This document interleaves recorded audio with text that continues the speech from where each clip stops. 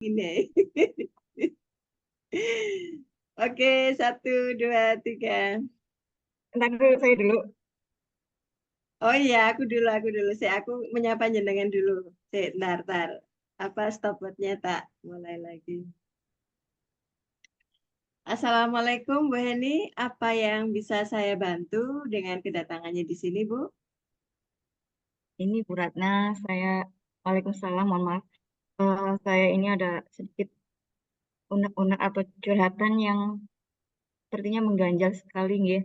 Hmm. Itu terjadi sama anak saya yang menjadi korban bullying sama intimidasi dari gurunya. Itu waktu kelas 1, dianya nggak mau masuk sekolah. Saya rayu akhirnya mau.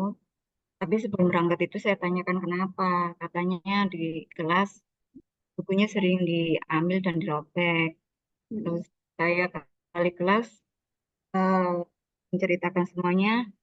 Solusinya cuma dipisahkan, tidak satu bangku ya gitu. Terus saya rasanya nggak puas ya. Saya bilang ke anak saya, Mbak, misalkan kamu benar, nggak salah, terus dinakali, kamu lawan aja lah. Gitu. Terus ini berlanjut di kelas 2. Gurunya mengintimidasi, istilahnya tidak boleh menceritakan apa yang terjadi di kelas ke orang tua. Anak Hmm. saya jadi tambah pendiam kayak gitu loh, Bu. Ini berlanjut di kelas 3, ketika dia palak, saya kasih uang untuk ditabung, ternyata uangnya untuk apa berjajan bareng-bareng sama temennya. Hmm. Itu waktu saya teliti buku tabungannya sebenarnya, karena anak saya itu nggak mau cerita. Akhirnya saya desak-desak, eh, akhirnya dia mau cerita kalau uangnya berjajan karena disuruh teman-temannya. Dan dia juga bilang uangnya sering hilang. Terus Hmm. saya, Mbak, udah nanti seibu yang lapor ke wali kelas kayak gitu. Sebenarnya saya bingung. Saya takutnya secara tidak langsung anak saya itu eh, sudah menjadi korban bullying dan intimidasi. Nantinya takutnya akan berkelanjutan ke perkembangannya loh. Itu loh Bu yang saya takutkan. Saya jadi harus gimana ya gitu loh. Iya. Kira-kira solusinya gimana? Kalau boleh saya mengklarifikasi, berarti ini putrinya Bu Heni sendiri yang mengalami bullying ini ya? Iya betul. Putri nomor berapa Ibu? Nomor urutan satu, Nomor dua? yang ke satu. Oh, nomor satu, putri pertamanya ya. Jenis Ya kelamin putri, ini jenis kelaminnya perempuan ya berarti ya Bu ya? betul betul. Oke. Usia saat ini berapa Ananda? 9 tahun. Oke, 9 tahun. Nah, jenis bullying ini sudah dialami oleh Ananda ini dari kelas 1 sampai kelas 3. Nah, yang melakukan bullying ini apakah teman sekelasnya keseluruhan ataukah beberapa di antara mereka? Ya cuma beberapa di antara mereka, cuma Hmm. gantian istilahnya. Yang waktu kelas 1 anak A misalkan, terus yang Hmm. di kelas 2 tuh misalkan C itu. Hmm. Jadi berdasarkan keterangan Bu Eni tadi, berarti Ananda ini mengalami bullying mulai dari kelas 1, kelas 2 sampai kelas 3 begitu ya? Betul. Itu di kelas 2 malah dari gurunya yang Hmm. intimidasi. Hmm, hmm, hmm, hmm. Nah, apa yang sudah dilakukan Ibu ya selain tadi menasihati putrinya agar berani melawan teman-temannya, apakah Ibu pernah melakukan tindakan secara langsung misalkan dengan mendatangi teman-temannya di sekolah atau datang ke sekolah untuk mencegah terjadinya bullying terhadap Ananda ini? Ya waktu jemput paling saya kadang menyapa anak-anak yang kata Hmm, anak saya itu sering ganggu dia lah, saya sapa, halo Mbak, kayak gitu. hmm, Terus waktu bilang ibunya anak itu ulang tahun, selamat ulang tahun Mbak. Ya hmm, memang akhirnya anak itu lama-lama kalau ketemu saya, Ibu Sarah, kayak gitu. hmm, hmm, hmm. Gitu. Nah, sejak Bu Heni ini menyapa teman-teman Ananda tadi yang melakukan bullying, adakah dampak kelanjutannya? Apakah dia masih terus melakukan bullying terhadap Ananda, ataukah bullying itu berhenti setelah Ibu mendekati teman-teman Ananda ini? Eh, Setelah saya dekati memang berhenti, cuma Hmm. gantian dengan temannya. Mm-mm, mm-mm, Jadi teman lain yang istilahnya kalau saya bilang itu ya malak ya, mm, secara tidak langsung karena ya istilahnya kalau nggak mau menurut mereka akan dijauhi seperti itu loh Bun. mm-mm. Nah, yang Malak ini dari kelas 1 apa yang di kelas 2 atau yang di kelas 3? Yang di kelas 3. Oh, berarti Cuman dengan kasus yang berbeda ya, jenis bullyingnya ya.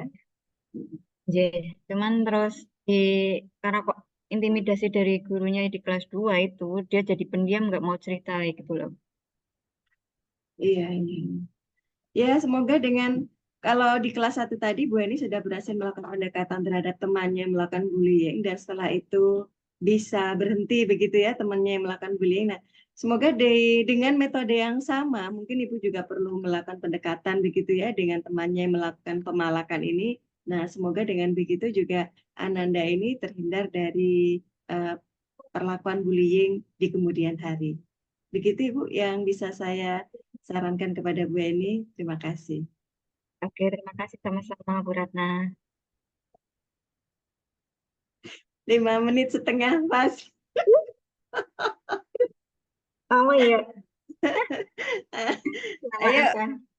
kan jenengan sekarang yang menyapa aku. Das ya. Ah, Bismillahirrahmanirrahim. Assalamualaikum Ibu Ratna, ada yang bisa saya bantu? iya, Waalaikumsalam Bu Eni. Memang saya ke sini ini memang memerlukan bantuan atau saran dari Bu Eni gitu ya, karena akhir-akhir ini saya merasa sedikit depresi begitu ya, atau istilah orang Jawa bilangnya itu judek. Judek karena banyaknya pekerjaan atau banyaknya aktivitas yang harus saya kerjakan, Ibu. Nah, baru-baru ini tuh saya harus melakukan banyak sekali kegiatan di waktu yang sama, mulai dari kegiatan rutinitas yang harus saya kerjakan, seperti saya harus mengelola sekolahan, kemudian saya harus membuat materi siaran radio, itu pekerjaan sehari-hari. Kemudian pekerjaan di rumah, saya ini juga seorang ibu rumah tangga yang mempunyai anak-anak yang masih sekolah, harus mengantar mereka antar jemput ke sekolah, belum lagi urusan eh, rumah tangga lainnya, mulai dari menyiapkan makanan mereka dan segala macam begitu ya. Terus ditambah lagi ada juga aktivitas lainnya yang saya kerjakan itu Ibu, mulai dari kegiatan di organisasi filantropi begitu. Ada sebuah kegiatan atau event besar yang akan berlangsung di awal bulan ini dan itu saya sebagai salah satu yang membuat program di kegiatan itu sekaligus sebagai fundraisernya dan juga kegiatan di salah satu organisasi perempuan gitu banyak sekali kegiatan mulai dari hari lansia kemudian ada beberapa pelatihan. Nah, saya terlibat di dalamnya sebagai panitia. Nah, semuanya itu bertumpuk-tumpuk jadi satu, kadang membuat saya itu bingung gitu untuk mana dulu yang harus saya kerjakan gitu Ibu. Nah, kalau yang rutinitas jelas saya kerjakan setiap hari ya. Nah, yang proyek-proyek yang menyusul ini itu rasanya itu saya bingung memilah mana dulu ini, apakah yang ini dulu atau yang itu dulu. Nah, justru karena kebingungan untuk memprioritaskan apa dulu yang saya kerjakan ini, akhirnya saya menghindari pekerjaan tersebut gitu. Seperti saya take down dulu. Kemudian saya mencoba mencari inspirasi begitu ya, atau mencoba menggali mood saya dengan menonton drakor gitu, dengan harapan setelah itu saya bisa membangkitkan mood saya lagi, tapi ternyata waktu saya habis setelah nonton drakor ternyata keasikan gitu. Nah, setelah kehilangan waktu, saya semakin stres, Ibu. Waktu sudah semakin dekat atau deadline sudah semakin dekat, sementara pekerjaan belum terselesaikan dan mood saya ternyata belum bisa balik-balik. Nah, justru ini menambah depresi saya atau tingkat stres saya. Bagaimana nih, Ibu, solusinya untuk menghadapi apa ya tingkat stres yang berlebihan ini agar saya bisa termotivasi lagi untuk kembali ke track jalan yang seharusnya saya kerjakan begitu. Terima kasih Bu Eni. Mohon izin klarifikasi ya Ibu ya. Ibu itu Iya, merasa agak stres istilahnya ya, karena banyaknya aktivitas yang secara bersamaan, betul. Iya, iya. Terus, apakah hal ini pernah terjadi sebelumnya, Ibu? Eh, Sebelum ini, maksudnya dulu ya gitu, Ya, sebelum. dulu iya pernah pernah saya alami Bu ya. Misalkan kalau saya banyaknya tugas seperti itu, kadang saya memang perlu waktu atau perlu jeda sesaat gitu ya. Salah satunya mungkin kalau tidak dengan makan gitu, atau dengan pergi ke mana begitu, atau kalau enggak ya nonton drakor gitu. Kalau nonton drakor itu kan saya tidak harus kemana-mana. Nah, biasanya saya bisa kembali atau membangkitkan mood saya. Nah, justru kenapa yang akhir-akhir ini tuh setelah nonton drakor itu mood saya itu enggak bisa kembali, tapi tambah tingkat stres saya itu berlebih karena saya kehilangan waktu itu, Ibu. eh, Berarti waktu dulu itu untuk menghilangkan tingkat stres yang istilahnya sudah menumpuk-numpuk-numpuk, untuk membangkitkan semangatnya Ibu lagi itu, Ibu dengan meningkatkan mood nggih, misalkan nonton Iya, drakor atau makan nggih. Setelah itu dilakukan akan semangat lagi. Tapi iya, untuk yang iya. sekarang ternyata tidak merubah mood Ibu untuk segera menyelesaikan tugasnya nggih. Iya, betul, Istilahnya betul. seperti itu.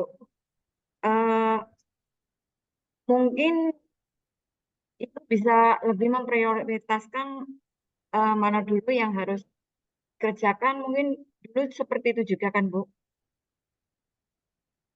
Atau Ibu lebih meningkatkan mood lagi dengan memberi semangat untuk segera menyelesaikan tugas-tugas itu loh.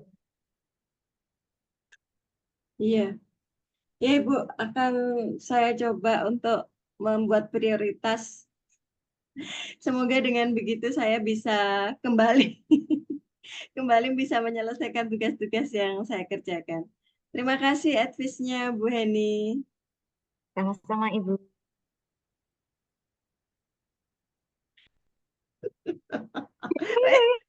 5 menit. Ya. Iki wong kakean nonton drakor iki.